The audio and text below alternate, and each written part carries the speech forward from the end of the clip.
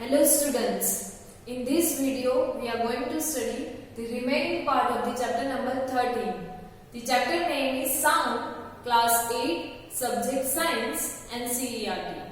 So before starting that, let me recall what we had seen in the previous video of this chapter.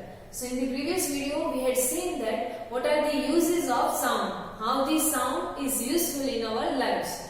So in that we had seen that for the communication or to transfer the information, the sound is very important or necessary in our life. Then after we had seen some sources of sound, in that we had seen some musical instrument, how they are producing the sound. We had also seen that vibrating body produces the sound, how the vibrating body is producing the sound, and we had also seen some different parts or some different vibrating parts in the different musical instruments. We had seen this vibration on the surface of water. Then after we had seen how the sound is produced in human being or how we can produce this sound. So in that we had seen that in voice box or larynx, it is also known as the larynx. So it produces the sound in human beings. It has the two vocal cords which are stretched with the muscles, and between them a narrow slit is there, and when the air passage is passing through this slit, or when the air is forced by the lungs to pass through this passage or pass through this slit, this vocal cords vibrate and it produces this sound. So now let me continue the chapter with the next topic. These are the things we had seen already, different instruments. Sound is produced by a vibrating body through some different activities we had seen, or we had concluded that if the sound is produced somewhere, that means something is vibrating over there, or vibrating body is producing the sound. Here in this table we had also seen the different musical instruments and which part of these musical instruments are vibrating and responsible for the production of sound. Then after here we had seen sound produced by the humans, and we had seen also about this voice boxes or larynx in the human beings. Two vocal cords are there, between them the narrow slit is there, and when the air is passing through this slit, the vocal cords are vibrating and they are producing this sound.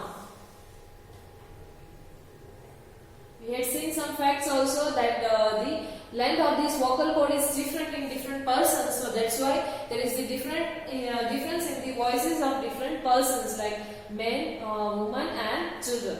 Now next topic is sound needs a medium for propagation. Propagation, that means to travel. To propagate, that means to travel. So sound also require a medium to travel. To reach from one place to another place, sound also require the medium.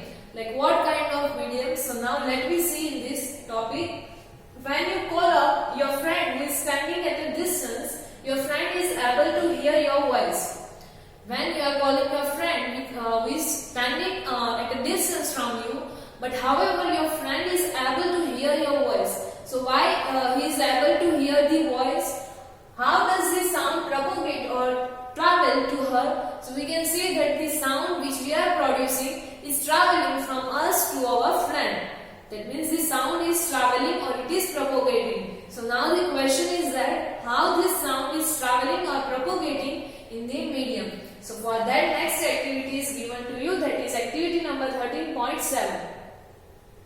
So let me see this activity. For that you require a metal or a glass tumbler. So take metal or a glass tumbler, then after make sure that it is the dry, not wet. Then after place a cell phone in that tumbler or a glass, then remember that cell phone must not be kept in water. So that's why that tumbler should be dry.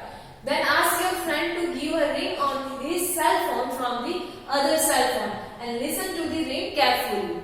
Ask one of your friend or one of your cousin, brother, sister, whatever, to give a ringtone on this cell phone and ask or hear that ringtone. Now surround the rim of the tumbler with your hands and put your mouth on the surface of this tumbler like this one. Here in the figure it is shown to you. You have to put your hands on the rim, that means on the opening of the this glass tumbler, and then after on the center or in the middle put your mouth, like you are sucking the air from this glass tumbler, like as what this boy is doing.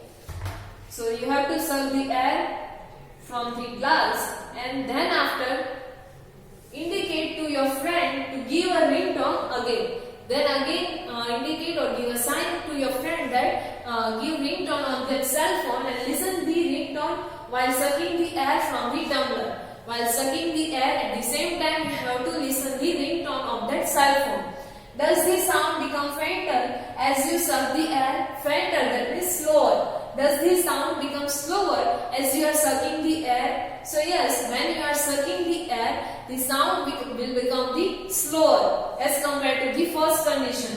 Now remove the tumbler from your mouth. Does the sound becomes louder again? So yes, when you are removing your hands from the tumbler or from the mouth of the tumbler, the sound of the ringtone again will become the louder. So why it is that when we are putting our hand or when we are sucking the air, the sound becomes lower, and when we are stop sucking the air, so at that time the sound will become the louder. So it is because when we are sucking the air from the tumbler, the amount of air in the tumbler or in the glass, it will decrease. So because of that, the loud voice become the slower.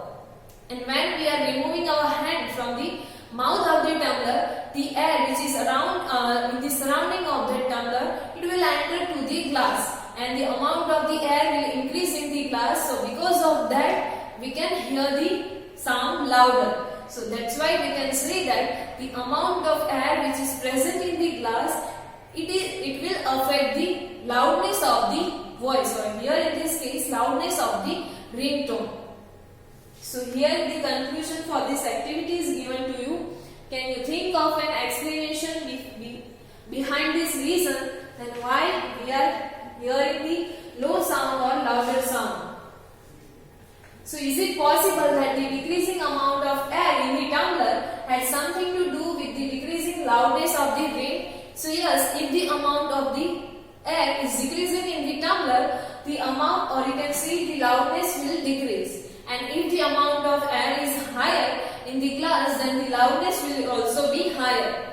So this indicates if you had been able to suck all the air in the tumbler, you will not listen any sound. So now while sucking the air from the tumbler, if you are able to suck all the air from the tumbler, then you will be not able to hear the sound. Why? Because no air will be left in that tumbler, and the air is the medium through which the sound can travel, or it is necessary to propagate the sound. So if we are sucking all the air from the glass tumbler, we are not able to hear the ringtone. So actually sound needs a medium to travel, and where air has been removed completely from a vessel, it is said that there is a vacuum in the vessel. If the space or any space which do not have any amount of air or which do not have the air, that is known as the vacuum. So if we are sucking all the air from the tumbler or from the vessel, we can say that there is a vacuum in the vessel. That means there is no air in that vessel, and because of that we cannot hear the sound, because sound requires air to travel. So the sound cannot travel through a vacuum. So here in such case the sound cannot travel through this vacuum, because no medium is there, neither air, water or solid. So that's why we cannot hear the sound. So now does the sound travels in liquid? So let us find out. Here we had seen that air is a medium, or we can say that gaseous medium is required, or air is required to travel the sound. So now liquid also is a medium, or liquid is a medium. So the sound can also travel through this liquid or through this medium. So now let me find out through the other activity, that is activity number 13.8. For that you require a bathtub, a bucket and a bell. So take a bucket or a bathtub, fill it with a clean water and take a small bell in one hand. Then after shake this bell inside the water to produce the sound. You have to take a bathtub, then after you have to fill that with the water, and then after take a bell and shake this bell in the water with your one hand and make sure that the bell does not touch the body of the bucket or a tub. While doing that, you have to keep in your mind that this bell should not touch the surface or bottom of this bucket. Why? Because we know that as it will touch to the surface of the bucket or bathtub, it will also vibrate and they will produce the sound. So here we want to also, we have to only shake this bell, or we have to only vibrate this bell. So that's why you have to make sure that this bell will not touch the bathtub. Then after, place your ear gently on the surface of water. While doing that, be careful, the water should not enter in your ear. Otherwise, you will not be able to hear the sound of the bell, not only, but the other sounds also. So you have to be careful while this. And then after, you have to answer that can you hear the sound of the bell, and does it indicate the sound can travel to liquids also.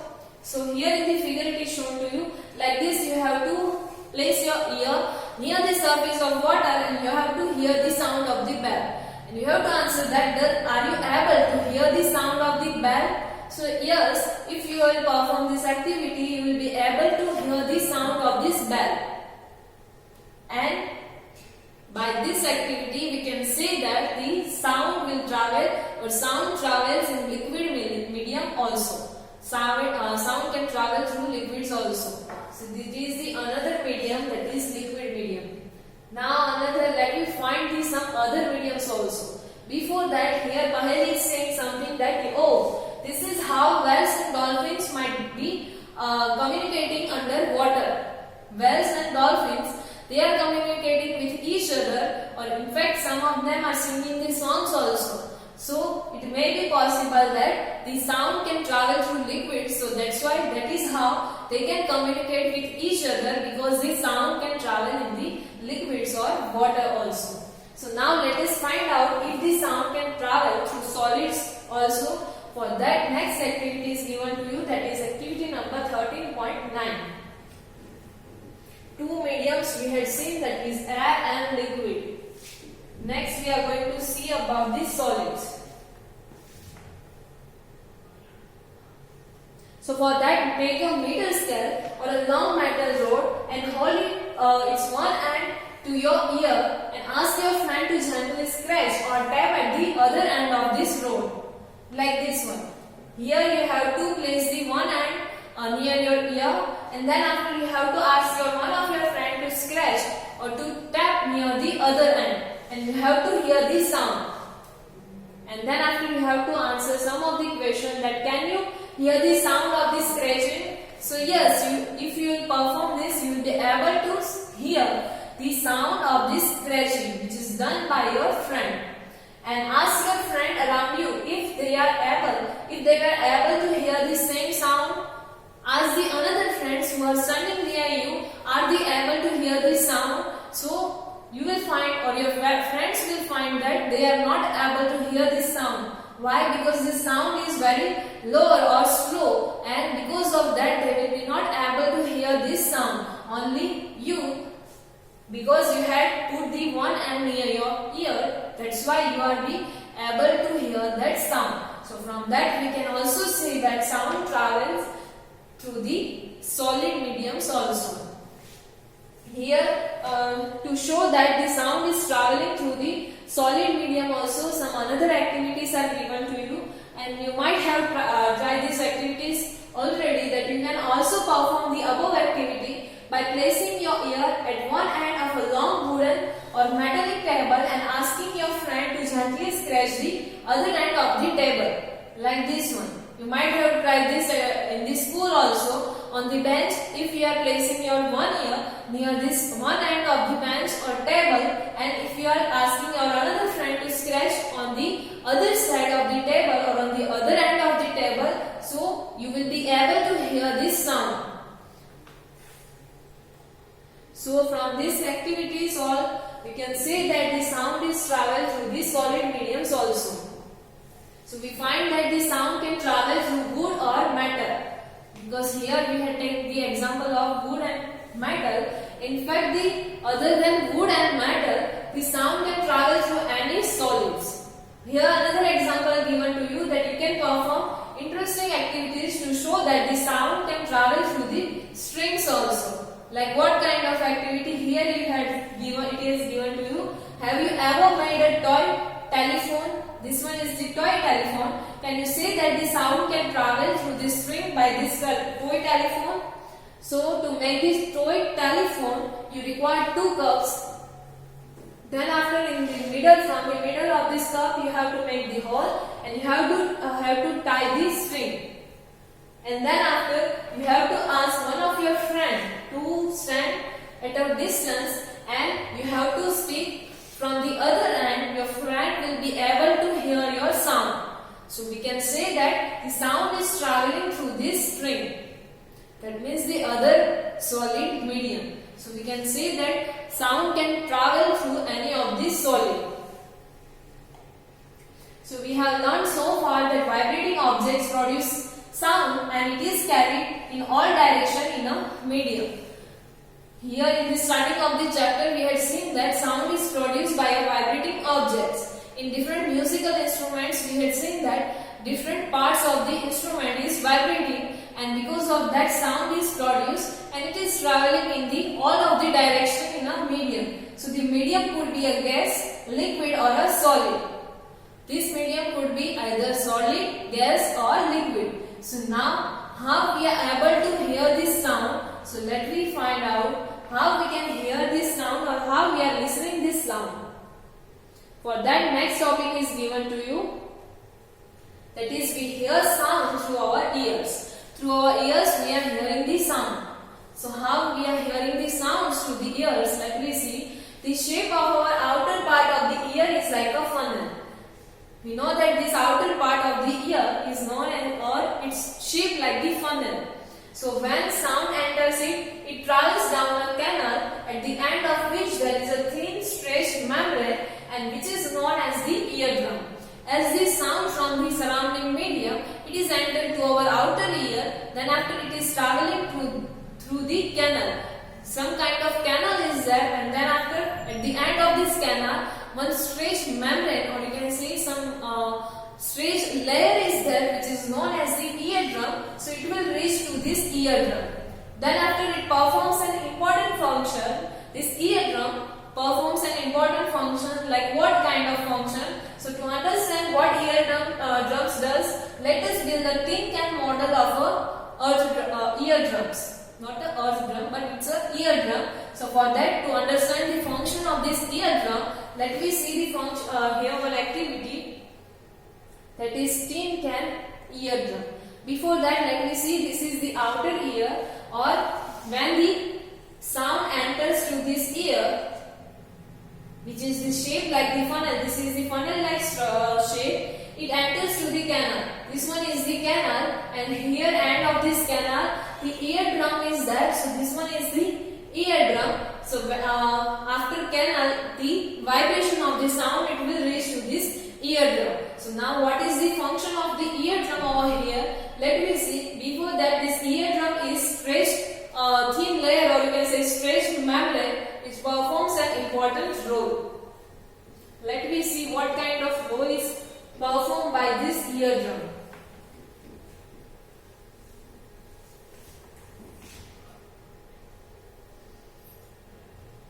So here activity number 13.10 is given to you. For that you require a plastic or tin can. Take a plastic or tin can, then after cut its end.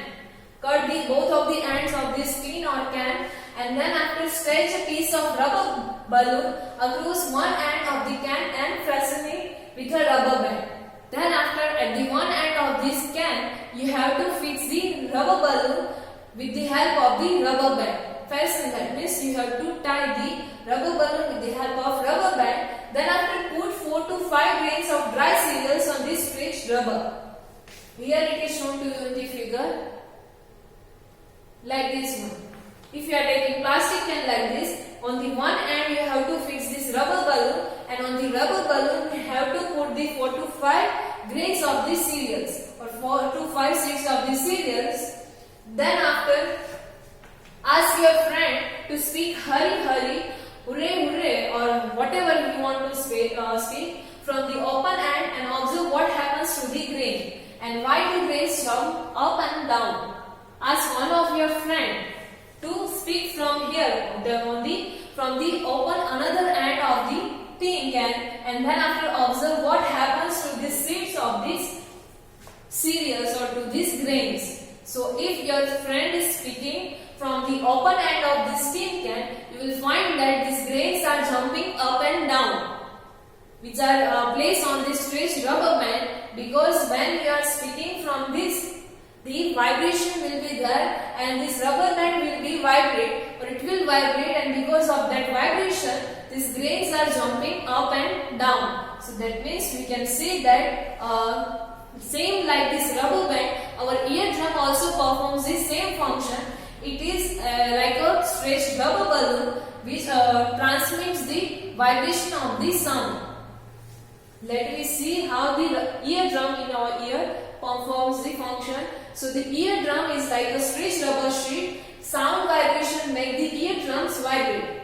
As in the case of this activity, the rubber band is or the rubber balloon is vibrating. So same like that, the sound vibration makes the eardrum vibrate. Because of the sound vibration which are entering to the ear, this eardrum will vibrate.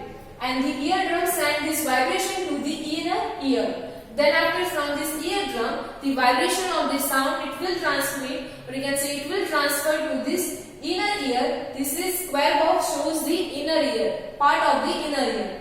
Then after from the inner ear, this signal goes to the brain, and that is how we hear. And brain recognize the sound. So here it is, the picture is given to you how the sound or the vibration of the sound is traveling in our ear.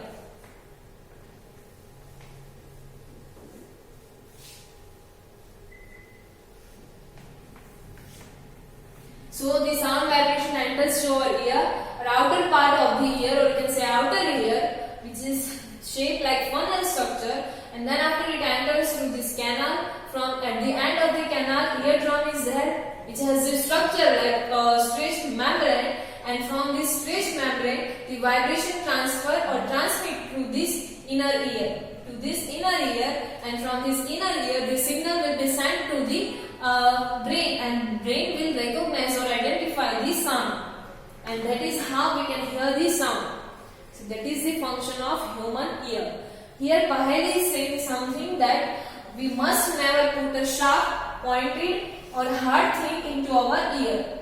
Your elders are repeatedly saying to you that we should not put sharp, hard or any other objects into our ear. Why? Because it can damage the eardrum, and the damaged eardrum can impact hearing. If we are putting the sharp objects in our ear, then it can damage the eardrums, and this damaged eardrum that cannot be vibrate or that cannot transfer this vibration of the sounds, and that is why we are not able to hear the sound properly, and it can cause the permanently loss in hearing also and in partial hearing. So that's why we should not put a sharp, pointed or hard things into our ear. So till now in this chapter we had seen that sound requires some medium to propagate, or for the propagation of the sound we require the medium. In the medium we had seen that through these three medium, that is air, liquid and solid, that means gaseous, liquid and solid. So sound can travel through these three mediums, and if there is no medium, that means if the vacuum is there, then sound cannot travel through the vacuum and we are not able to hear any sound. So that's why in this space no medium is there, it is either gas, liquid or solid. So in that we cannot hear the sound. So it is necessary for the sound to have a medium, or to travel the sound, the medium is necessary. Then after we had seen that how we are hearing the sound, or what is the structure in our human body to hear the sound. In that we had seen that we had the organ which is known as the ear, by which we can hear the sound. So this ear help us to hear the sound.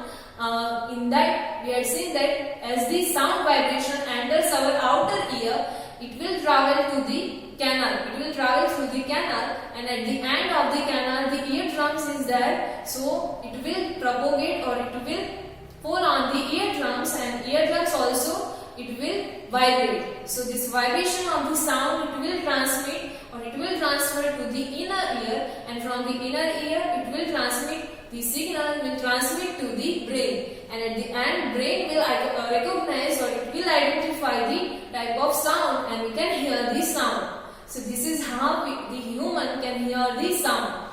So now next topic is amplitude, time period and frequency of a vibration. These are the different terms which is used in sound. That is amplitude, how we can say that any sound is highest or it is low pitch, high pitch, or it is louder or slower than the others. So that we are going to study in this topic. So this remaining part of this chapter we will study in the next video. So till now we had seen up to how we can hear the sound. Thank you.